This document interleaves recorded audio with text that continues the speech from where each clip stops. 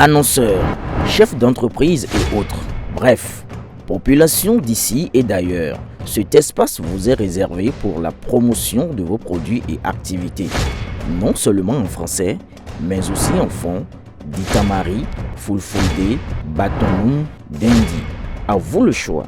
Pour en savoir plus, veuillez nous contacter au numéro suivant 97 64 79 91 ou 97 17 51 35. Le samedi 16 novembre 2024 a eu lieu à Akpakpa Senandé à Cotonou le lancement de la campagne de sensibilisation sur l'albinisme, fruit du partenariat entre l'Organisation des femmes du Bénin et la Fondation Pauline Albinos.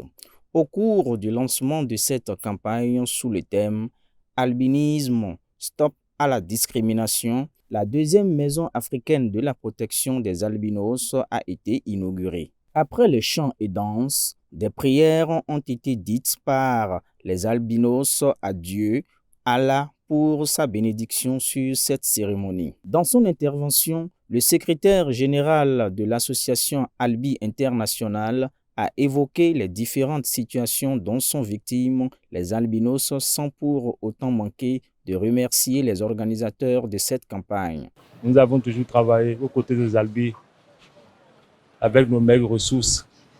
Et je pense qu'avec cet appui-là, avec cette association, cette aide, mais cette ouverture que nous donnons et la présidente de l'OFB ou de l'OFB, je pense que cela viendra vraiment apporter un plus pour les albis dans leur quotidien. Parce que c'est un cible qui a énormément de problèmes. Leur quotidien est extrêmement difficile. Ce sont des problèmes de peau, des problèmes d'yeux, des problèmes de sécurité, des problèmes de stigmatisation, d'auto-stigmatisation. Je pense qu'avec l'ouverture de cette maison, beaucoup de problèmes vont être pris en charge. C'est un honneur pour notre peuple d'abord. Ça montre que nous sommes crédibles au Bénin. Ça veut dire qu'il y a une gestion assez du pays qui est remarquable, qui est saluée à l'international. Pour l'ancien député Christophe Rounsou, il faut que les autorités viennent en aide aux albinos en leur donnant espoir au sujet de leurs conditions de vie. Ces marginalisés, on doit s'occuper d'eux. Et nous demandons l'indulgence du ministre de la Santé, l'indulgence de notre papa, notre très cher, notre président de la République, le père de la nation, de penser un peu à ces albinos. Ce n'est pas le rôle seulement du gouvernement. C'est le rôle de toute la population. C'est des gens qui ne supportent pas la lumière, qui ne supportent pas le soleil, qui ne supportent pas, qui ne peuvent pas sortir la nuit. C'est des gens qui ne voient pas loin.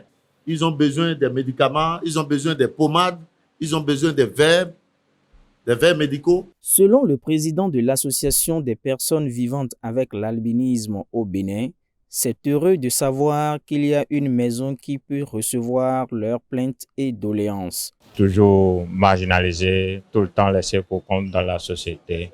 Si des gens s'intéressent à nous pour qu'on ait quand même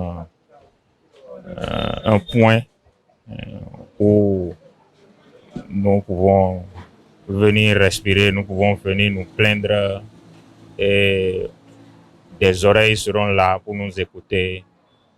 C'est déjà un pas. Des autorités comme Monsieur le maire Lucas Tropo et s'en mêlent, je crois que c'est déjà un pas et c'est fort louable. Tout ce que nous avons à faire, c'est de nous mettre à leur disposition pour que la personne albino soit mise en valeur. La société verra notre réussite, la société bénéficiera de nous.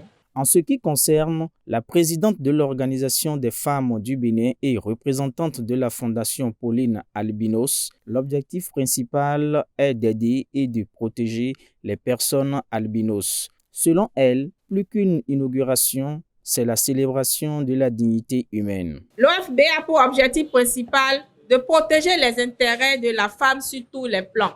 L'OFB ne serait restée indifférente au problème de l'enfant albinos. D'où la naissance de ce partenariat entre l'OFB et la Fondation Pauline Albinos, basée en Belgique. Grâce à l'engagement et au soutien de la Fondation Pauline Albinos, Nous avons aujourd'hui un espace d'accueil sûr et adapté aux besoins des enfants vulnérables. Cette maison, qui est la deuxième du genre en Afrique, incarne notre engagement commun à améliorer la qualité de vie de nos enfants albinos et à les protéger contre toute forme de violence et de discrimination.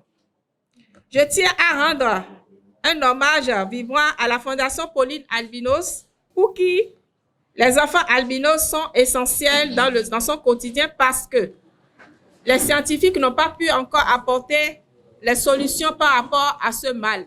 Aujourd'hui, avec l'ouverture de cette maison, nous affirmons haut et fort que l'albinisme ne doit pas être un obstacle à la dignité humaine. Nous affirmons que chaque enfant, qu'il soit albinos ou non, mérite un avenir lumineux.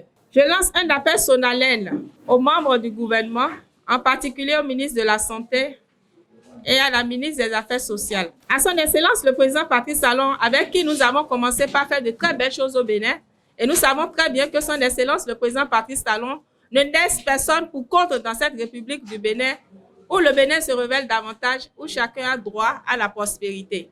Qui nous accompagne, qui porte désormais les personnes atteintes de l'albinisme dans son cœur, afin que désormais, il y ait une prise en charge pour ces personnes-là. Que ce soit par des contributions financières, matérielles ou des actions de sensibilisation, chaque geste compte. Enfin, je suis ravie de vous annoncer qu'un registre des enfants albinos est désormais ouvert ici à la deuxième maison africaine de protection de l'enfant albinos. Aujourd'hui, nous inaugurons plus qu'un bâtiment. Nous célébrons la dignité humaine, la solidarité et l'inclusion. Après ces allocutions, on a assisté à la coupure du ruban de cette deuxième maison des personnes vivant avec l'albinisme en Afrique, après celle de Kinshasa en République démocratique du Congo, par le maire de Cotonou et les différentes personnalités présentes.